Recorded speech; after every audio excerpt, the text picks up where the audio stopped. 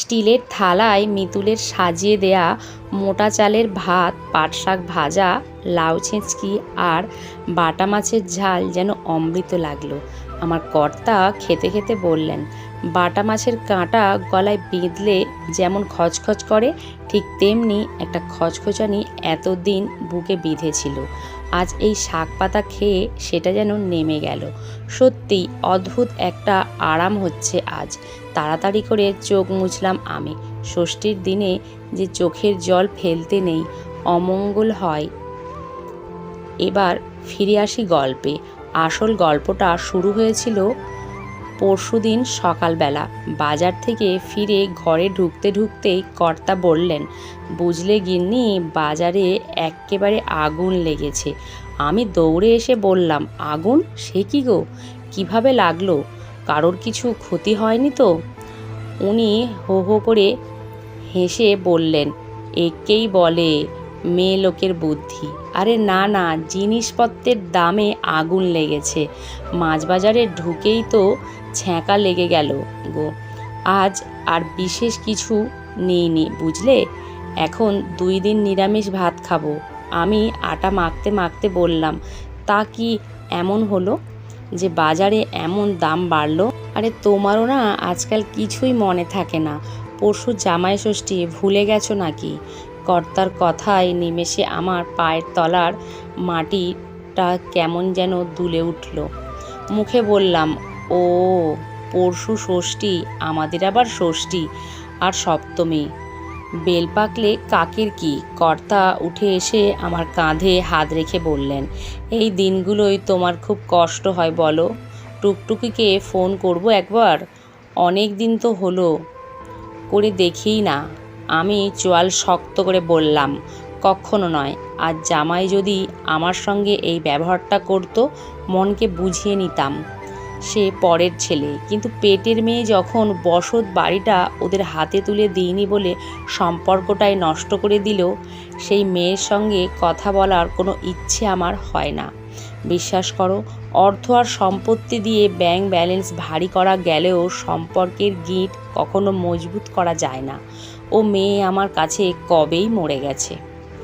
কর্তা দীর্ঘশ্বাস ফেলে বলল, সন্তান না থাকলে হয় এক জ্বালা, আর যার থেকেও নেই তার হচ্ছে শত জ্বালা। এমন সময় হুড়মুড় করে মিতুল এসে পড়ল। মিতুল আমার বাড়িতে রান্না করে। কর্তা গিন্নি দুজনেই আমরা সরকারি চাকরি করতাম। একমাত্র মেয়ে টুকটুকিকে বড় আদরে মানুষ করেছিলাম। মেয়ে জামাই দুজনেই বড় কোম্পানিতে চাকরি করে, দিল্লিতে সেটেলড। মেয়ে জামাই দুজনেরই ইচ্ছা আমরা এই বসত বাড়িটা বিক্রি করে দিয়ে সমস্ত টাকা পয়সা ওদের গচ্ছিত করে পাকাপাকিভাবে ওদের কাছে চলে যায়। কিন্তু এখনও আমরা দুজনেই যথেষ্ট শক্ত সমর্থ আছি এবং দুজনেরই রক্ত জল করা পয়সায় তৈরি করা এই বাড়ি, এই স্মৃতি ছেড়ে আমরা কেউই যেতে চাইনি। এই নিয়ে মেয়ের সঙ্গে যত অশান্তি, এখন মুখ দেখাদেখি পর্যন্ত বন্ধ। মিতুল বড্ড ভালো মেয়ে, আমাদের 2 বুড়ো বুড়িকে সর্বক্ষণ আগলে আগলে রাখে। ওর সঙ্গে যদিও রান্নাবান্নার কাজের কথা হয়েছিল, তবুও বাগানে জল দেয়া, গাছগুলো দেখাশোনা করা, শুকনো দেয়া জামা কাপড়গুলো তুলে আনা, ডাল বেটে বড়ি দিয়ে দেয়া, হাতের কাছে ওষুধগুলো সময়ে দেয়া, এগুলো নিজের মতো করে করে দেয়। এগুলো কিন্তু ওর কাজের মধ্যে পড়ে না, তবুও করে। ওই যে বললাম, ব্যাংক ব্যালেন্স দিয়ে সব সম্পর্কের হিসেব নিকেশ হয় না। ওই এসেছে ঝড়ের গতিতে। আজ রুটির সঙ্গে কি করব জেঠিমা? জেঠু অনেক দিন ধরে গরম গরম আলু ভাজা আর রুটি খেতে চাইছিল, আজ করে দেব? আমি অন্যমনস্কভাবে বলে বললাম, পরশু তো জামাই ষষ্ঠী, কদিন ডুব দিবি আগে থেকে বল, আমি তবে সেই মতো তৈরি থাকব। মিতুল শুকনো হেসে বলল, আমাদের দিন আনা দিন খাওয়া, ঘরে ষষ্ঠী আর সপ্তমী। সৎ মা সেই কবে বিয়ে দিয়ে হাঁপ ছেড়ে বেঁচেছে। বিদায়ের সময় কড়া করে বলে দিয়েছে, ওই বাড়ির চৌকট যেন আর না মারায়। ষষ্ঠী হলো মা মেয়ের ব্যাপার, মা মরা মেয়ের আবার ষষ্ঠী কিসের? আমার বুকটা ছ্যাঁত করে উঠল। জামাই ষষ্ঠীর সকাল থেকেই মনটা বড্ড আনচান করছে। যতই হোক মেয়ে তো। ভোরবেলাতেই কর্তা বাজারে চলে গেছে। আমি ঠাকুর পুজো করতে করতে অঝরে কেঁদেই চলেছি। বারবার বলছি চোখের জল পড়লে সন্তানের ক্ষতি হয়। আমি তো আমার মেয়ের জামাইয়ের ক্ষতি চাই না, কিন্তু চোখ কেন যে কথা শুনছে না কি জানি। এমন সময় কর্তার ডাক, কি গো শুনছো, একবার বাইরে এসো। কি হয়েছে কি? বলে চোখ মুছে বাইরে বেরিয়ে দেখি কর্তার হাতে দুটো ব্যাগ ভর্তি ফল মূল, সবজি, মিষ্টি আর একটা প্যাকেটে দামি কাঞ্জিভরম শাড়ি আর জামা প্যান্টের পিস। আমি হতভম্বের মতো বললাম, এসব কি?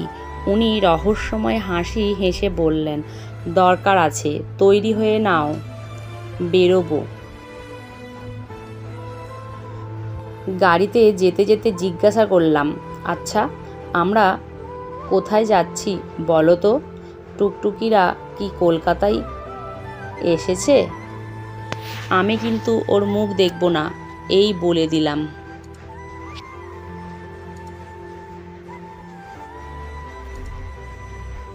কর্তা শুধু হাসলেন, কোনো উত্তর দিলেন না। গাড়ি থামলো একটা ছোট্ট ঝুপড়ির সামনে। কড়া নাড়তেই দরজা খুলে দিল মিতুল। শশব্যস্ত হয়ে বলল, এই তো এসে পড়েছ জেঠিমা, এই প্রথম এলে, এসো ভেতরে এসো। দেখলাম একটা ভালো শাড়ি পরেছে মিতুল, পাঞ্জাবি পরেছে ওর বড়, টালির চালের এক কামরা ঘরটা পরিপাটি করে গোছানো, মেঝেতে একটা আসন পাতা, ধান দুব্বা চন্দন রাখা। এতক্ষণে কর্তার পুরো পরিকল্পনাটা বুঝতে পারলাম। আমি আলনা থেকে আরও একটা আসন নিয়ে পাশে পাতলাম।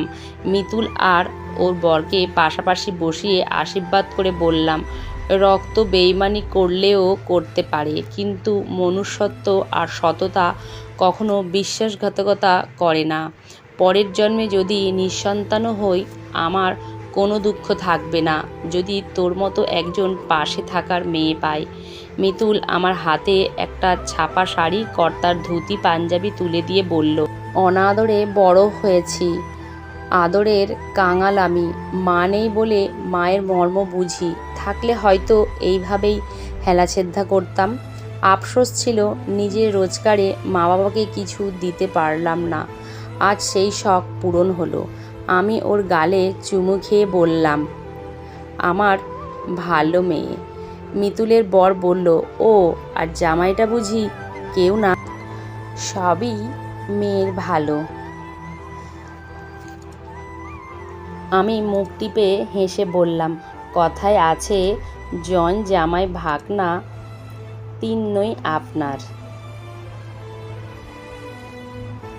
কর্তা বলল, সে না হোক, তবে আজ থেকে প্রতি বছর জামাই ষষ্ঠীটা কিন্তু হবে।